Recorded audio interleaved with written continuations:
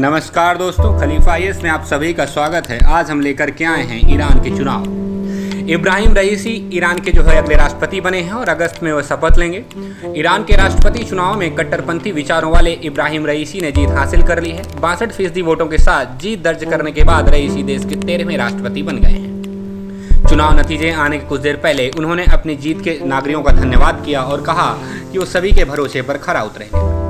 रईसी ने मौजूदा राष्ट्रपति हसन रूहानी से मुलाकात की, जिसके बाद दोनों नेता मीडिया के सामने आए। रईसी ने कहा कि उनकी सरकार लोगों की बेहतरी के लिए हर संभव प्रयास करेगी।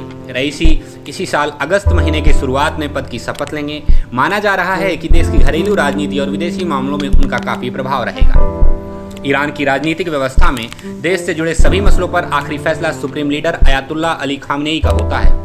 सुप्रीम लीडर के बाद देश में दूसरा सबसे बड़ा पद राष्ट्रपति का होता है, लेकिन माना जा रहा है कि रईसी को सुप्रीम लीडर का भरोसा प्राप्त है। उन्हें खामनेई के उत्तराधिकारी के रूप में देखा जा रहा है। समाचार एजेंसी AAFP के अनुसार ईरान के गृह मंत्री अब्दुल रजा रहमानी फजली ने गृह मंत्रालय में राष्ट्रपति चुनाव के अंतिम नतीजे का ऐलान किया।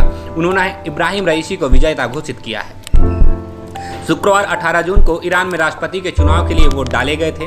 राष्ट्रपति पद की रेस में कुल 4 उम्मीदवार थे। समाचार एजेंसी रॉयटर्स के अनुसार ईरान के विदेश मंत्री जवाद जरीफ ने कहा है कि इब्राहिम रईसी देश के नवनिर्वाचित राष्ट्रपति हैं और सभी को अब उनके साथ मिलकर काम करना है। काली पगड़ी बांधने वाले रईसी आखिरकार है कौन? ईरान की न्यायपालिका के प्रमुख रहे मौलवी रईसी ने ईरानी मतदाताओं को यह कहकर अपनी ओर आकर्षित करने की कोशिश की थी कि वे ईरान में फैले कथित भ्रष्टाचार पर काबू पाने और ईरान की आर्थिक समस्याओं को दूर करने के लिए सबसे बेहतर विकल्प है। हालांकि कई लोगों और खासकर मानवाधिकार कार्यकर्ताओं ने 80 के दशक में राजनीतिक कैदियों को फांसी देने में उनकी भूमिका को लेकर चिंता जताई है। 14 दिसंबर 1960 को उत्तर पूर्वी ईरान के मशहद में जन्मे हुज्जत उल इस्लाम सैयद इब्राहिम रईसी के बारे में कहा जाता है कि वो कट्टरपंथी विचारधारा को मानने वाले हैं। रईसी ईरान की सबसे समृद्ध सामाजिक संस्था मशहाद शहर में मौजूद 8वें शिया इमाम अली रजा की पवित्र दरगाह आस्तान ए कुद्स के संरक्षक भी रह चुके हैं। BBC मॉनिटरिंग के अनुसार रईसी हमेशा काली व पगड़ी बांधते हैं, जो इस बात का प्रतीक है कि वो सैयद हैं और मुसलमानों के आखिरी पैगंबर मोहम्मद के वंशज हैं। चुनाव में पहले रईसी को उदारवादी माने जाने वाले राष्ट्रपति हसन रूहानी के उत्तराधिकार की रेस में सबसे आगे देखा जा रहा था और ये भी माना जा रहा था कि आने वाले वक्त में वो supreme leader Ayatollah Ali Khamenei के वारिस भी हो सकते हैं। वहीं वाशिंगटन पोस्ट में छपी एक पोस्ट के अनुसार कहा है कि रईसी को अयातुल्ला अली खामनेई के संभावित उत्तराधिकारी के रूप में देखा जा रहा है। माना जा रहा है कि खामनेई अब 82 साल के हो गए हैं और उनका उत्तराधिकारी खोजना अब फिलहाल सबसे बड़ी प्राथमिकता है।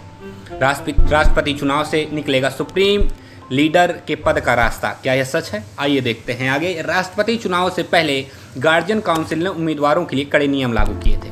इसके चलते केवल 7 उम्मीदवार ही राष्ट्रपति के चुनाव की दौड़ में शामिल हो पाए, जिनमें से 5 कट्टरपंथी और 2 उदारवादी माने जाते हैं। संसद के पूर्व स्पीकर अली लारिजानी समेत कई उम्मीदवारों को राष्ट्रपति पद की रेस में शामिल होने से पहले ही अयोग्य कर दिया गया था। हालांकि CNN में छवि खबर के अनुसार ऐसा करने के बाद रईसी के लिए ये चुनाव लगभग बिना किसी विरोध के जीतने जैसा हो गया था।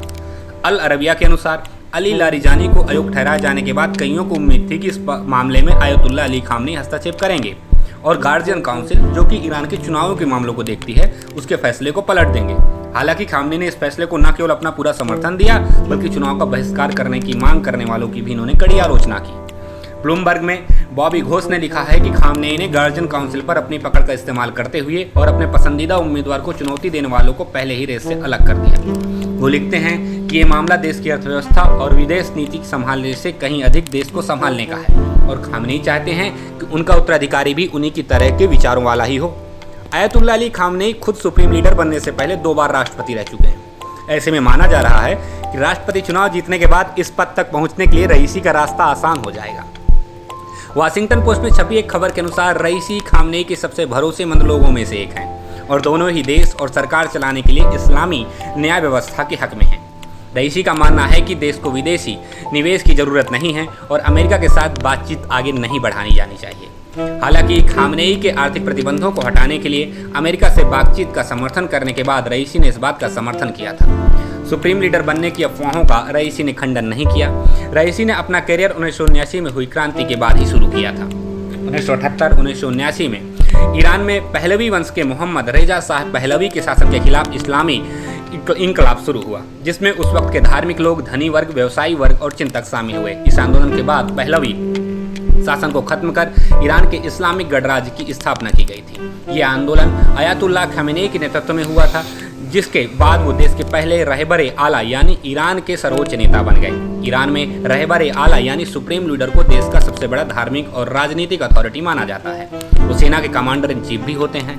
अयातुल्लाह खमेनी साल 1979 में अपनी मौत तक इस पद पर रहे। उनके दो बेटे थे, मुस्तफ़ा खामनेई और अहमद खामनेई। मौजूदा supreme leader Ayatollah Ali Khamenei Ahmad Khamenei के बेटे हैं, जो साल 1979 में सुप्रीम लीडर बने। BBC फारसी सेवा के राना रहीमपुर ने एक लेख में लिखा था कि सुप्रीम लीडर बनने की अफवाहों का रईसी ने कभी खंडन नहीं किया और उनके कई कदम भी इस तरफ इशारा करते हैं जैसे उन्हें इस पद के लिए तैयार किया जा रहा हो। इस तरह आप देख सकते हैं कि किस तरीके से अयातुल्लाह अली खामनेई जो है रईसी को इस पद पर लाने के प्रयास में जुटे हुए हैं। हसन रूहानी के मुकाबले ये आखिरकार कम लोकप्रिय माने जाते हैं। ऐसा क्यों? रईसी ने न्यायपालिका में विभिन्न पदों पर काम किया है और सुप्रीम लीडर का चुनाव करने वाले काउंसिल ऑफ एक्सपर्ट के सदस्य और फिर चेयरमैन भी रह चुके हैं।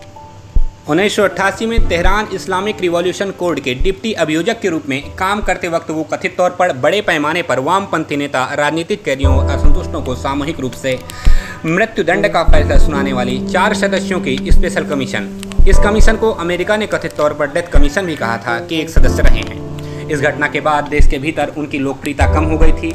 इसके बाद साल 2017 में हसन रूहानी खिलाफ राष्ट्रपति पद के चुनाव में उन्हें केवल 38.5% वोट ही मिले थे।